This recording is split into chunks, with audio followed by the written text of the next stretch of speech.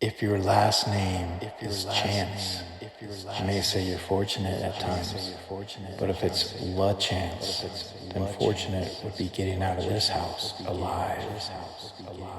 The Screaming House of Union, Missouri has a haunting and evil presence about it. Just ask Stephen LaChance. Even paranormal investigators have a detailed demonic presence. This one gave me goosebumps and chills, and as the story goes, Stephen LaChance and his family moved into this house, and as they were moving in, a car pulled up and shouted out the window and said, "I hope you will get along with them." And neighbors that would normally cross, the paths of the house wouldn't do that. Instead, they would cross the street to avoid the house. In the evening, one night, his children were in their room and they were playing, and they would hear doors open and close, and they would look out their door and they wouldn't see anything or anybody. And they didn't think nothing of it at first, just being in a new house.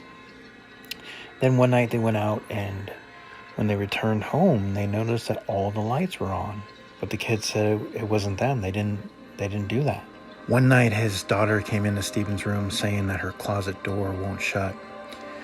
And so he went in and looked, and he was able to shut the door and just kind of wrote it off as overactive imagination. Just like his son, who he had told to go down to the basement to get the garden hose. And as he was going up the stairs, he heard something and turned to look and saw a demonic creature resembling a clown. But his dad said he had an overactive imagination as well. Then about 3 days later, when they were playing a game in their room, the house would start to shake and screams, loud, horrifying screams would be heard. And the father tried to get to his children, but he couldn't open the door. And as he threw his weight into it, but it just wouldn't budge. He shouted, "God, help me." And the door opened.